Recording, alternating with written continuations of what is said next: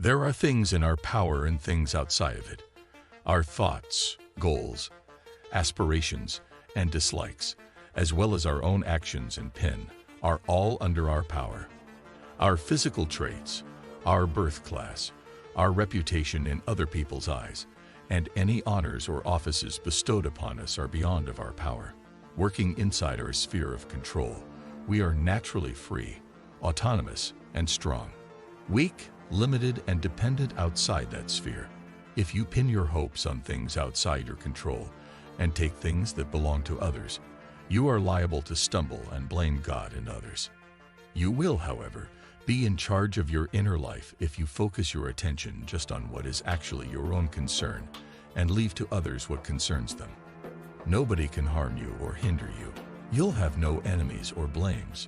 Release your attachment to all things outside of your control if you want peace and contentment. The path to freedom and happiness. If you desire not only freedom and peace, but also power and contentment, you may pin the former in seeking the latter, and you will forfeit your power and happiness along the way. We research, discuss, and analyze areas of practical philosophy for application in everyday life at Oran.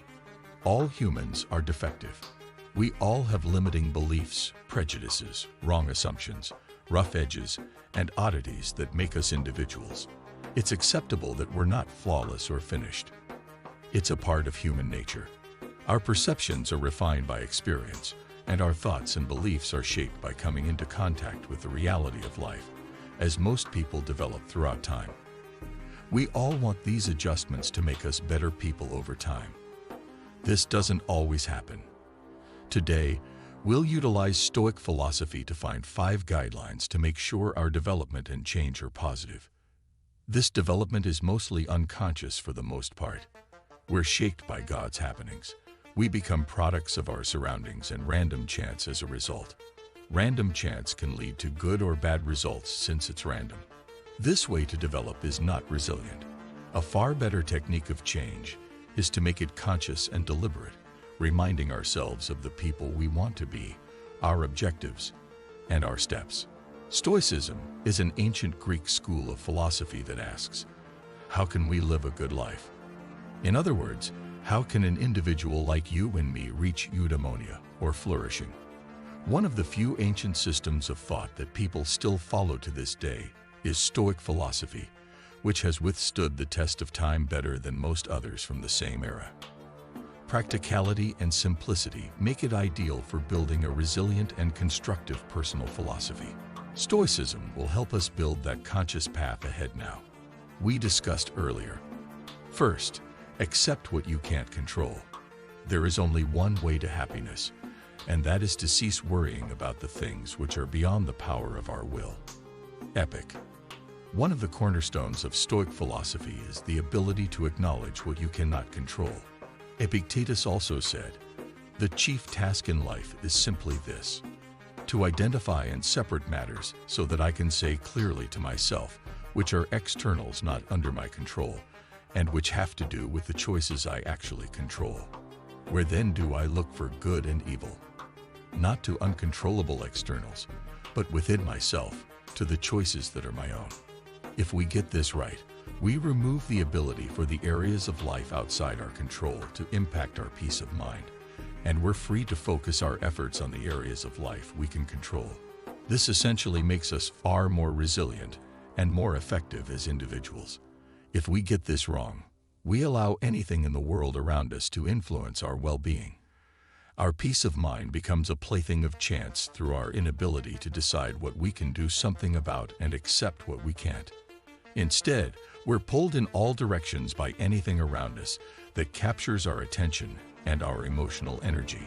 During his lectures, Epictetus also said the following: there are things that are within our power and things that fall outside our power. Our thoughts, goals, aspirations, and dislikes, as well as our own actions and pin, are all under our power. Our physical traits, our birth class, our reputation in other people's eyes, and any honors or offices bestowed upon us are beyond of our power.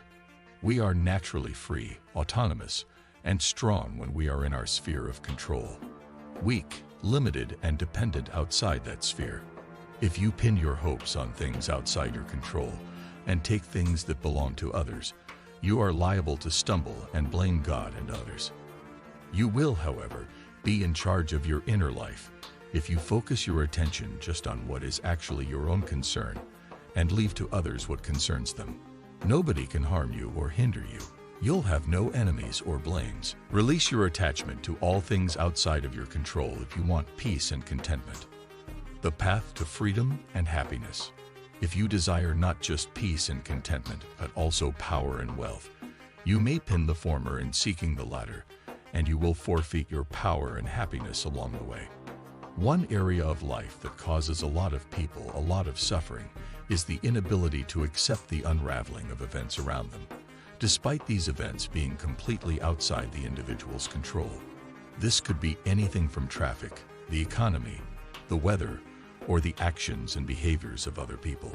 Regardless of what fate has put in front of us, if it's already happened, no amount of worry, anger, jealousy, or frustration will rewind time and undo what's already been done, nor will it change anything that has yet to come. If those events are outside the reach of your control, which, as we've learned from Epictetus, is basically everything. To illustrate this and help them learn to accept fate, the Stoics used a concept called amor fati, which roughly translates to the love of fate. Nietzsche once wrote, "My formula for human greatness is amor fati, that one wants nothing to be different, not in the future, not in the past, not for all eternity, not only to endure what is necessary, still less to conceal it. All idealism is falseness in the face of necessity, but to love it." This is the idea that instead of resisting fate, fighting it tooth and nail, and thereby causing ourselves to suffer, we should learn to accept it and even learn to love it. After all, everything that has come before you was needed for you to be here right now. Without the unfolding of the things before you, gas clouds wouldn't have come together to form planets and stars. Stars wouldn't have bound light elements into heavier elements, and life itself wouldn't have begun from the most basic building blocks of life. We wouldn't have wildlife, mountains, oceans, history, or culture. We wouldn't have the ability to laugh, to feel love, to fear, to feel joy, peace, or wonder, and create. While it might be true that there is real suffering in the world, it is exactly this suffering that's needed to make the good feel good.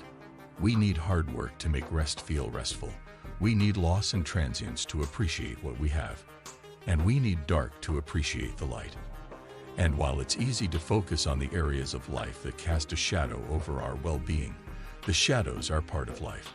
And if we want a world in which people are conscious and aware, we need to accept that these shadows are part of the whole, and even learn to love them for growth and for the contrast and the opportunities they bring. Epictetus, a Stoic philosopher, advised, "Wish that things would happen in the way they do, not the way you want them to. You'll be glad." Rule 3. Accept death. Fear of death might hinder our ability to develop a lasting mindset. This can hinder people from trying new things, leaving the house, and living in continual fear of the end. Marcus Aurelius observed, "You may leave life right now under the fear of death. Let that determine what you do and say and think." This fear and uneasiness can come in many forms. We can fear for our own lives and the thought that one day our existence will end, and we may just be snuffed out. Or fear may come in the form of fear for others, the people around us that we love, and we may limit their experience as we try to shelter them from harm. Either way, death can be a burden, depending on how we look at it, but it can also be a catalyst for good. The Stoics employed a principle called memento mori, or the practice of reminding oneself that one day you will die. However, this was not a morbid fear-mongering exercise. It was designed to add beauty, gratitude, and fulfillment to life. Through the reminder of death, we can learn to appreciate life, knowing that there will only be a finite number of times we can see our friends, be with our family, enjoy a meal, see a sunset, walk through fields, enjoy the ocean, read our favorite book, eat popcorn in front of a movie, or embrace our partner. It can create an intense feeling of gratitude in the moment.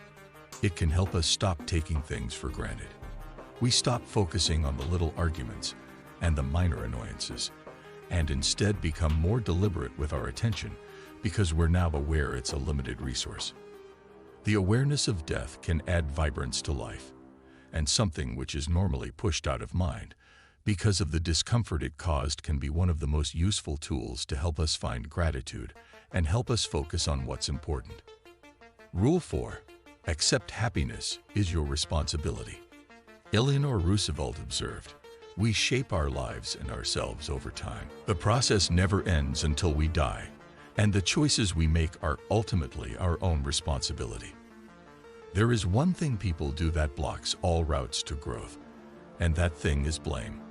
If we blame other people for our conditions, if we blame other people for our actions, if we blame other people for our mood, we're essentially rejecting any and all responsibility, rejecting any ownership over the things we've said, thought, and done that have put us in the situation we're in.